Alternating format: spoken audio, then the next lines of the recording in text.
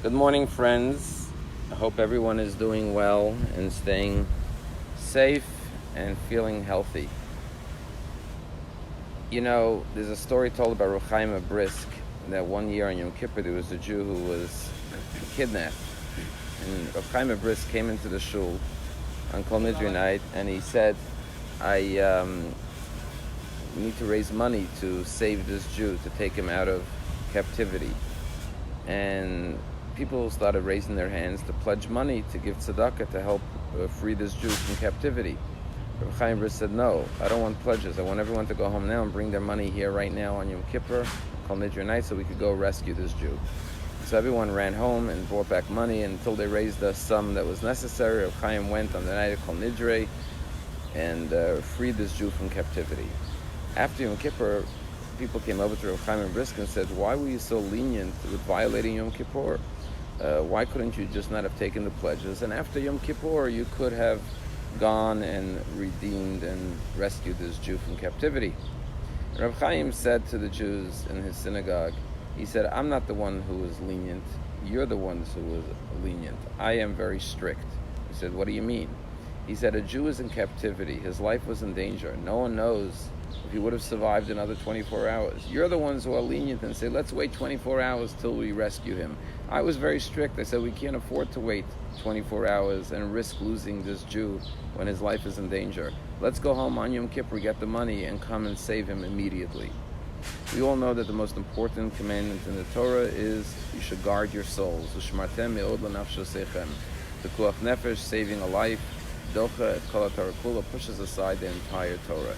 During this time, we all have to be very strict and very stringent and very machmir and do everything in our power to prevent the spread of this disease, and that is the number one priority. You could be lenient in everything else. Just be strict when it comes to saving and protecting life. This is the mandate of the hour at the moment. You know, King David in Psalm 22 says, Keli, Keli, O God, Lama azaftani, why did you forsake me? Why did you abandon me? And many people are asking the same question, oh God, why have you abandoned us? Why have our prayers not been heard by you? As King David was asking. However, our rabbis wonder and they say, King David was a man of tremendous faith. He went through very difficult times in his life. But did he really say, God, I feel like you've abandoned me, you've forsaken me? One of the beautiful explanations is as follows. In Hebrew, there's two words to say why. One way is lama, which is the word King David uses in the book of Psalms, and the other word is madua. Both madua and lama mean why. However, there's a fundamental difference between the word lama and madua. The word lama begins with a lamed. The word madua begins with a mem.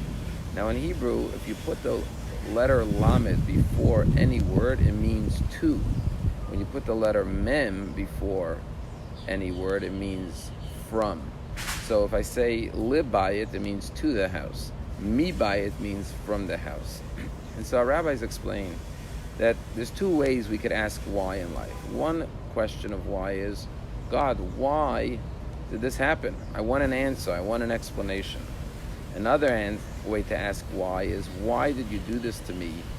What should my response, not the answer we may not have, but what should my response be to this situation? Lima, to what end, to what purpose, to what goal, to what objective, God, did you put me in this set of circumstances? Why is this happening to me? What is the meaning that I have to find in this experience? As opposed to madua, which means from where is the explanation, the understanding, from the word dua, da, to understand, what is the explanation and the answer to why this is happening?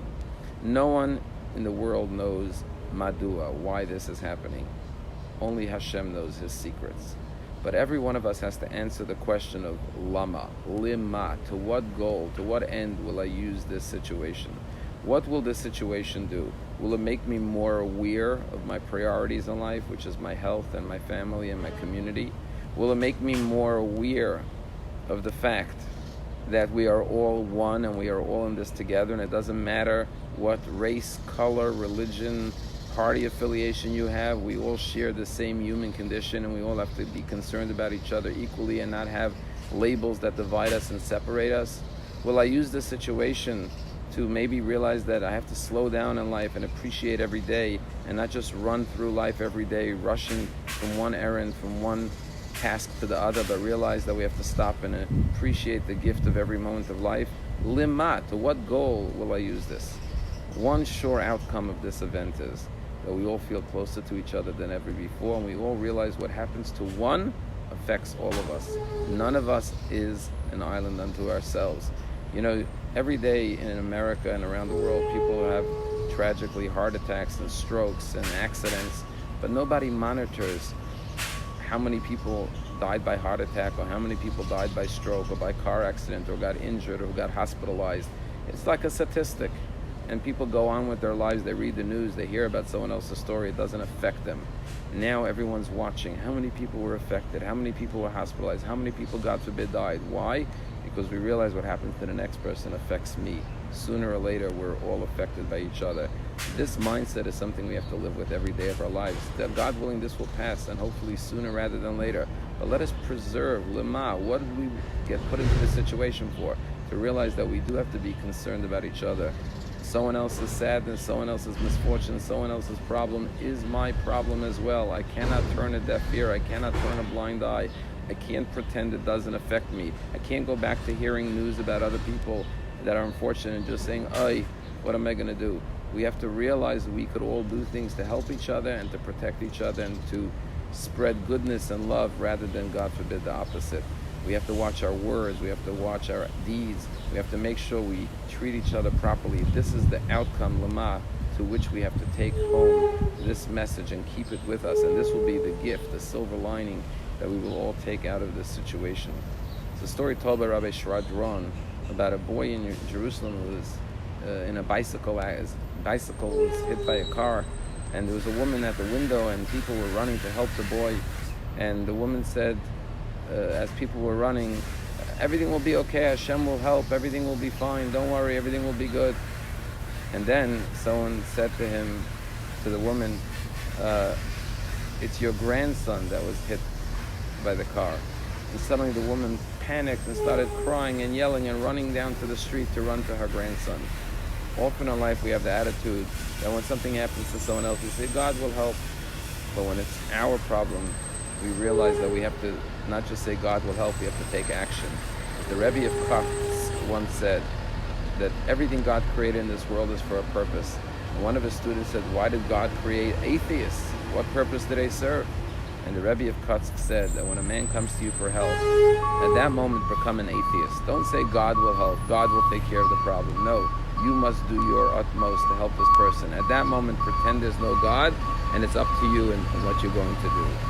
We have a great God in heaven who will take care of us. But at the same time, each and every one of us must do our part, and only if we do our part and realize that this is the most important mitzvah at the moment, to keep healthy and keep others healthy, together with Hashem's help, we will come through this. God helps those that help themselves. Let's help ourselves, well, let's help each other, and God will help us, and very soon we'll be out of this dark cloud. And once again, we'll celebrate life openly, joyously together, and we'll do it with unity like we've never had before. Wishing you a beautiful, happy, and healthy day. Love and blessings to everyone.